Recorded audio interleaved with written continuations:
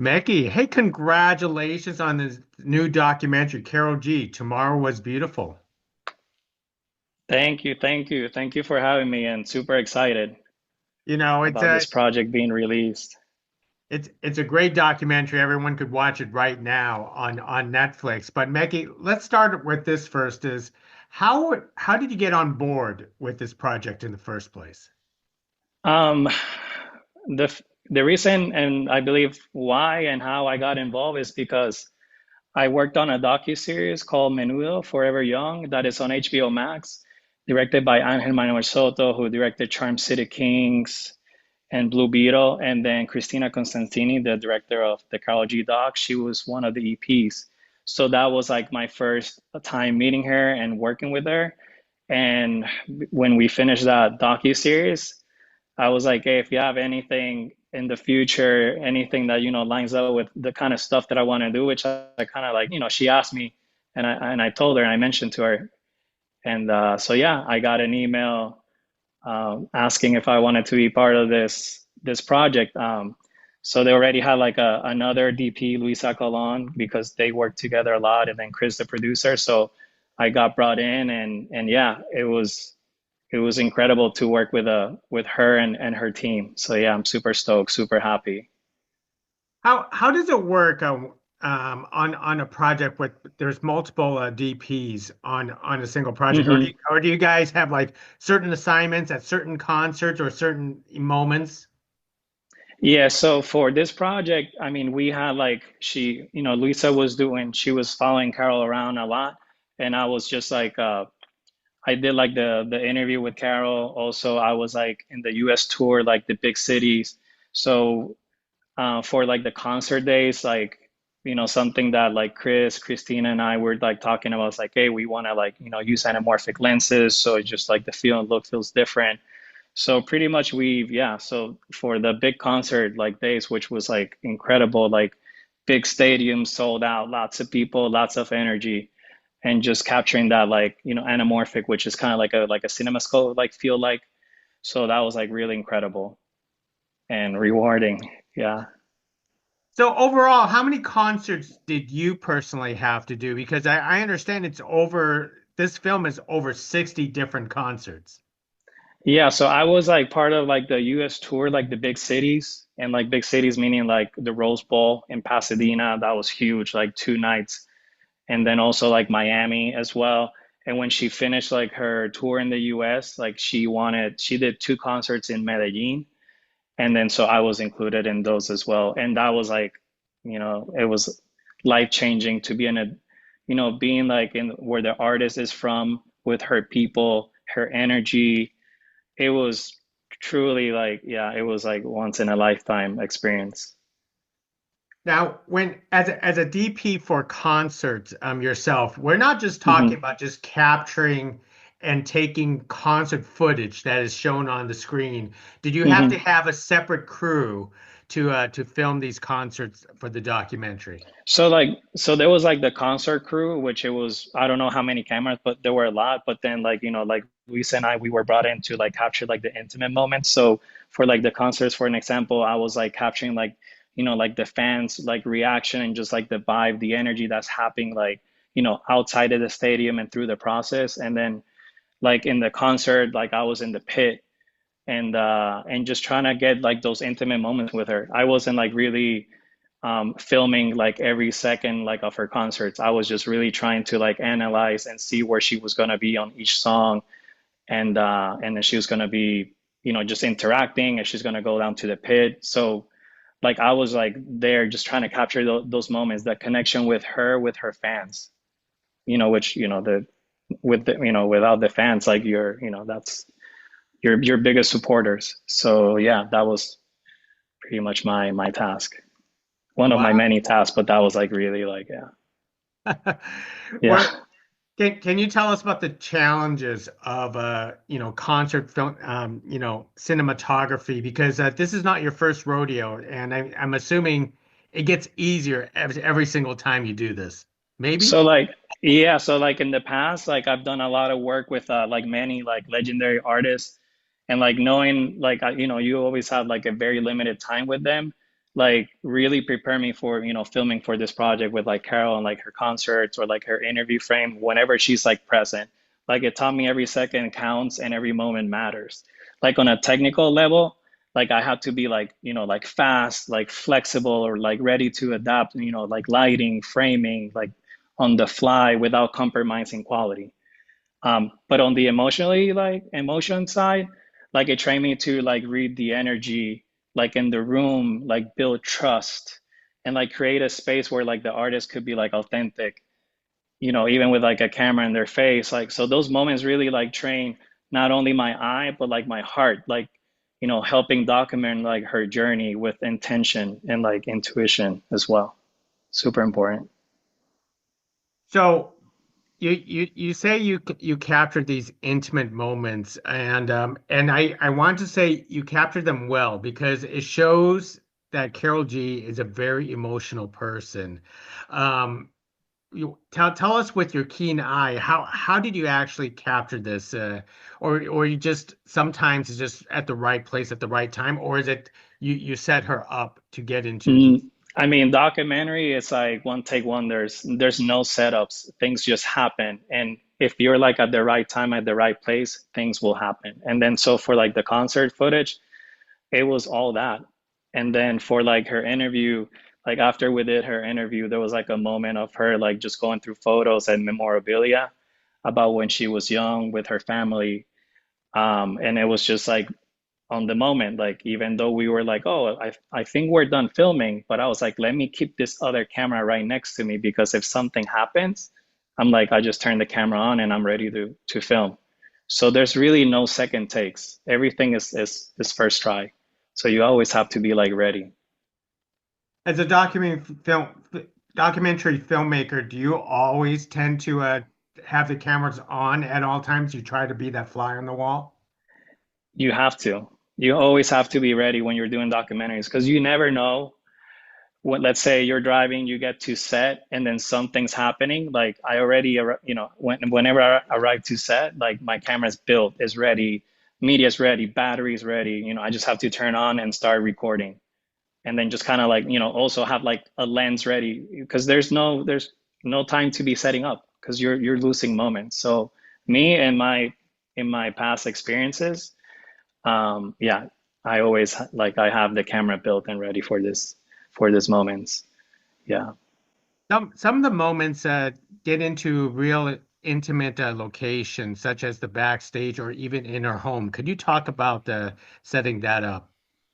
So I can tell you about the interview, which is like it was like happened at her home, like living room. So when working on like the docu-series like Menudo, like we wanted to feel the talent to be as comfortable as possible because we're sitting there for hours so they can kind of open up, feel very safe space and environment. So this was translated in for the Carol interview, and that's something like the Cristina, the team, Chris, they all wanted that. So we have to we had like a scout day and we like analyze different interview frames and like moments and just kind of think of what feels the best and represents her in her safe space and what surrounds her. So everything was yeah, everything was just like in a team we made the decision. And then so How what you saw in the documentary, that's what, yeah, so that was the one.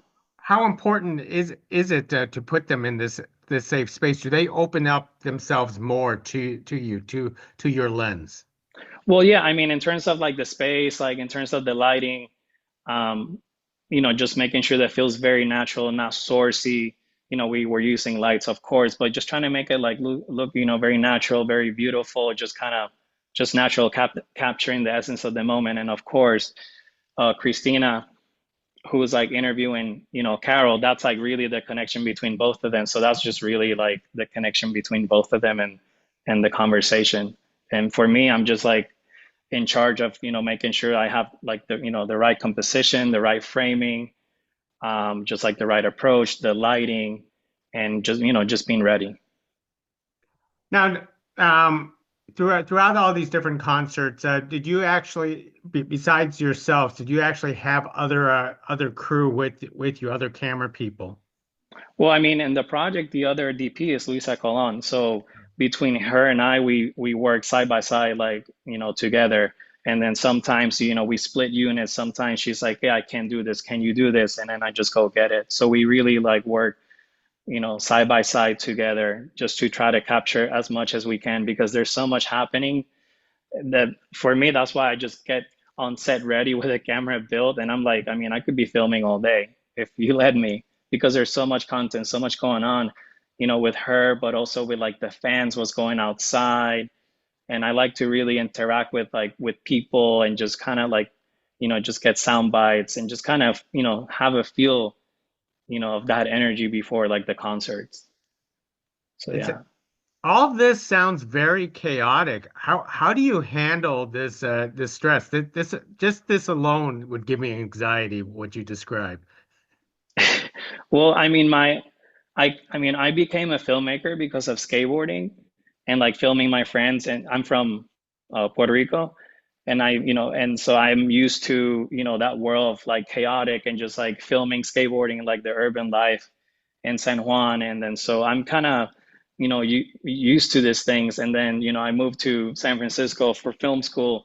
And then also I had like really good close friends, professional skateboarders. So I'm still, I still do that and I film. So like, San Francisco, very chaotic but beautiful. Like, the city is like I don't want to use the word like skate park, but like there's so many things to skate, but it's so like there's so much going on. Like you have to be aware of all those things besides capturing the best moment. Um, so yeah, it's that's how I grew up, and then yeah, I became a filmmaker. So yeah, so I just I, combine all those things together, all those experiences. I'm trying to connect how you went from skateboarding to concert filmography because those to me seems like very different animals. Yeah, so like a little bit, like growing up in Puerto Rico during like my early days. So like I was introduced, to like reggaeton music when I was like a teenager. And I was like start skateboarding when I was like really young. And like thanks to like two key figure like deeply rooted people in the scene, like a very good friend of mine, Richie, from like In the House magazine, and then another friend of mine, Aussie Forbes. Aussie Force at that time, I'm talking about late 90s, early 2000s. He used to like direct and edit music videos for like the genres like top artists at the time. Like Richie ran like a sports section in the magazine. And since I was like a skater, I helped him gather like content. And then he always like hooked me up with like mix CDs that came along with the magazine. And he was like, "Hey, I know you like skate and you film and you do your videos. So like if you any need like a track or anything, like let me know ahead of time. Like yeah, like I'll help you, like I'll hook it up." And then so like reggaeton, it's like it's just, it felt like, for me living in Puerto Rico, it's like my music, it's so raw and real, it's like so deeply connected. I was really excited and hyped to be, and then also like I met Aussie through like a skater friend while filming like Tony Hawk skating like Vert during a demo at La Plaza Colon in like the old San Juan. And then so we clicked immediately, and then he brought me into like a new show he was developing called Frente Sónico. Like one day while we were editing at his like loft studio, like in the old San Juan, like a few of his clients like dropped by. And like few of those clients that dropped by was like Hector y Tito before they were like Hector el Father and then Tito el Bambino. So like I was like, oh, so like those moments like really changed for me. And then also like he became my mentor. I learned so much from him, but I still wanted like I had a strong desire for like to study film. So I just enrolled in a film school in San Francisco. And then before moving to the Bay Area, my last gig in Puerto Rico was filming like a 2 day concert, like music event on the beach in Carolina, like Puerto Rico. I don't know how it all came together, but like the best of like this, the music genre, like artists were there, like Daddy Yankee, Wisin y Yandel, Don Omar, Hector y Tito, Plan B, Trevor Clan, like Zion y Lennox, just to like mention some artists. So that was like a truly once in a lifetime experience. So like skateboarding, music, and also filmmaking, like for me in my life, it's always been connected. So, what is your personal love of filmmaking? Personal love in filmmaking. I mean, Yeah. it's like the story. It's like whatever I'm like attracted and at the moment. So like lately, I mean, I would say probably in the 5 or 8 years, I've been doing a lot of documentary, and anything that has to do with like Spanish speaking language, people that I like. I grew up listening music, and I have like a strong sense of like their background and stuff like that, and being able to be part of this project. Like for an example, Menudo, that was for me like a big, milestone. And then now this documentary, the Karol G, it's like another one. So yeah, it's just I don't even know where to start or how to explain how grateful and excited I am. It is very exciting. And tell us about working with your director, Cristina, on this project. What was that relationship like? So working with Christina is amazing. Like I saw one of her earlier. Well, her documentary probably came out either before COVID or during COVID. It was the Mucho Mucho Amor, the Walter Mercado documentary. And I saw that doc and I'm like, man, those are the kind of projects that I want to work with. And then so when I met her and I worked with her on the Menudo Forever Young, I was like, oh, I hope I could get to work with you again soon. Like she's just very smart, intelligent, like she knows her stuff. She's surrounded by like a solid team. And yeah, it was nothing but but beautiful things to work with her. And also like she challenged me, like when we did the interview frame, she's like, what about this, what about that? She was just anything that I was suggesting, she was kind of like asking me just so we can the back and forth. And it's not about like questioning your work, it's just trying to find like the best angle, just like get to the to the thing of this. So it was an amazing experience. Yeah. I'm ready to work on any project that she wants to bring me along. I'm in. So yeah, I'm very grateful. Do you ever have that desire to be in the director's chair someday, or you love just being carrying the camera? I love carrying the camera. If there's like certain projects that I feel like, oh, I wanna give more than just being like a DP or carrying the camera, then I've I've done co-directing on other projects. Like one other project that right now is doing a festival runs, and I work with this project with my wife. She's a producer. Her name is Adrienne Hall. She runs a production company called Sound of Films. So this project that we both worked on, and it premiered last year at the Doc NYC in November. The documentary is called Edel Rodriguez, Freedom is a Verb, which we won a grant, and then it's a PBS Firelight Media. And yeah, so that was like a project that really like hit home for me. It's about a Cuban American that moved to the US in the 1980s. He's like from the Mario boat lift, and his family, him, they had to leave Cuba because they were not in favor, they were against the system. And then just he released a book called Worm. So when we were thinking about doing this project, and we talked to him because we interviewed Adele for a different project, and then he told us all these things that he was doing, I looked at her, I was like, there's something here. We need to tell this story. And also like my dad being, excuse me, like being, my dad's Cuban from Santiago.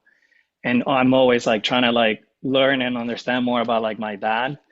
So, it's like, okay, like there's so many things that just drove me to this project. And then being able to be the DP, and Adrian directed. We both co-directed. It was like it was beautiful. It was great, and so it was like like like a personal project for me, and I learned so much. And yeah, right now it's doing a festival run, and yeah, and it'll be soon, maybe this summer. I don't know the dates, but it'll be on PBS online.